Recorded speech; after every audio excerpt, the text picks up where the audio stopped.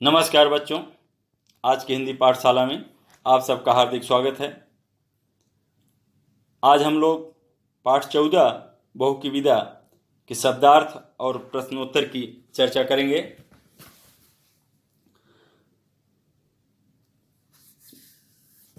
पहला है आधुनिक यानी वर्तमान कहें हिंदी में। दूसरा शब्द है पर्दा यानी यवनिका या यवनिका का अर्थ पर्दा। तीसरा शब्द है समीप का नज़दीक, निर्णय, फैसला, मजबूर, विवश, दहेज। और उसके बाद हो गया सामर्थ्य का योग्यता, खातिर यानी के लिए, करारी गहरी, घाव यानी चोट, मरहम लेप औषधि, नकद नगद, सरासर एकदम, शिकायत निंदा, बदतमीजी अशिष्टता, खातिरदारी मेहमान नवाजी, दंग रह जाना आश्चर्य रह जाना, दांतों तले अंगुली दबाना आश्चर्य रह जाना, तराजू मतलब बैलेंस या संतुलन, जिद हठ, विनती प्रार्थना, व्यर्थ बेकार, कलेजा हृदय, ब्याह शादी, मूर्ति प्रतिमा, तिजोरी सेफ, नकटा नाक कटा हुआ, लोभी लालची, नज़र दृष्टि, उलझन परेशानी, लज्जित शर्मिंदा, ताक यानी देख। यहाँ पर्याय दिए गए हैं शब्दों के, ये समीप हैं यानी एक एक शब्द के तीन तीन। आगे देखते हैं अब प्रश्नोत्तर, बहू की विदा के प्रश्नोत्तर। पहला प्रश्न है कि प्रमोद कौन था, वह किसकी विदा करवाने आया था। प्रमोद 23 वर्ष का सीधा साधा युवक है। वह अपनी नवविवाहिता बहन कमला की विदाई करवाने उसके ससुराल आया है। जीवनलाल कमला को विदा क्यों नहीं करना चाहता था। जीवनलाल ने कमला को विदा नहीं करना चाहता था क्योंकि उन्हें लगता था कि प्रमोद ने ना तो तय की हुई दहेज की राशि उन्हें दी और ना ही बारातियों की खातिरदारी अच्छे से की। अगला प्रश्न है,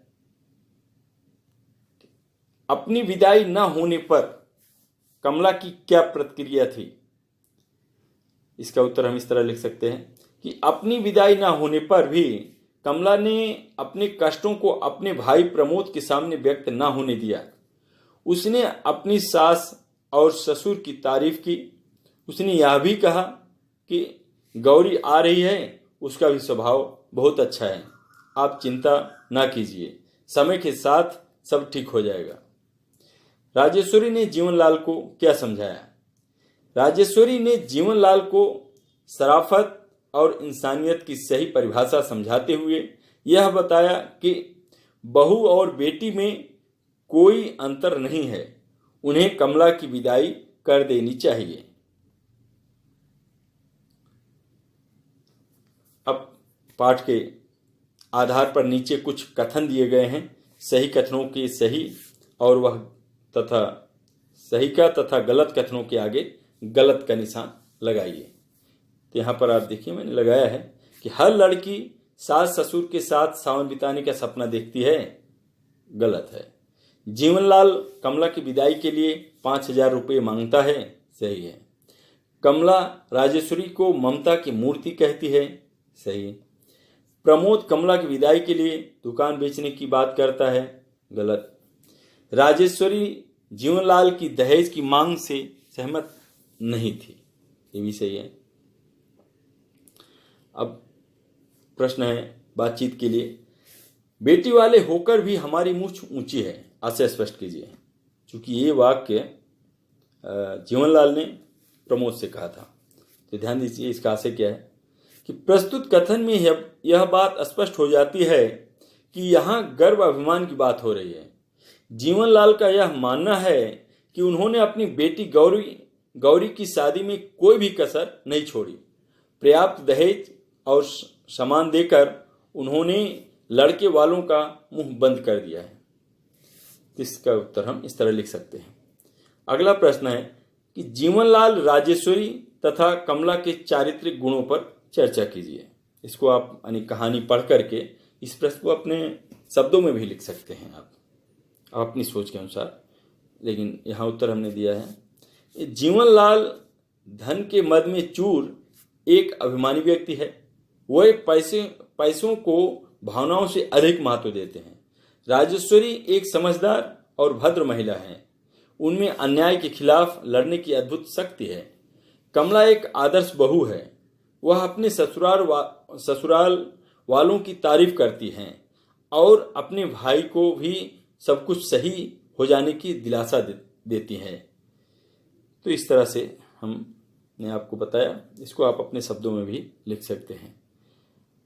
और तीसरा प्रश्न है कि दहेज प्रथा को समाप्त करने में युवाओं का क्या योगदान हो सकता है।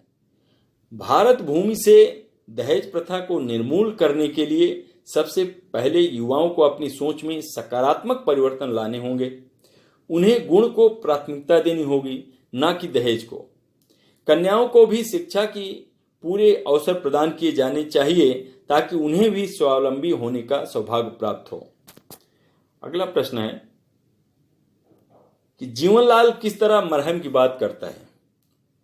उसे वह मरहम किस प्रकार मिलता है। एकांकी में जीवनलाल जिस मरहम की बात करते हैं वो दहेज के 5,000 रुपए हैं, जिसे वह कमला के भाई प्रमोद से वसूलना चाहते हैं। उन्हें यह मरहम नहीं मिल पाता क्योंकि ऐसा ही मरहम उनकी बेटी गौरी की ससुराल वाले उनसे चाहते थे। ये है उत्तर इसका। और अनुमान और कल्पना के आधार पर देखें, क्या होता यदि राजेश्वरी कमला और प्रमोद का साथ न देती। मतलब क्या होता यदि राजेश्वरी कमला और प्रमोद का साथ न देती।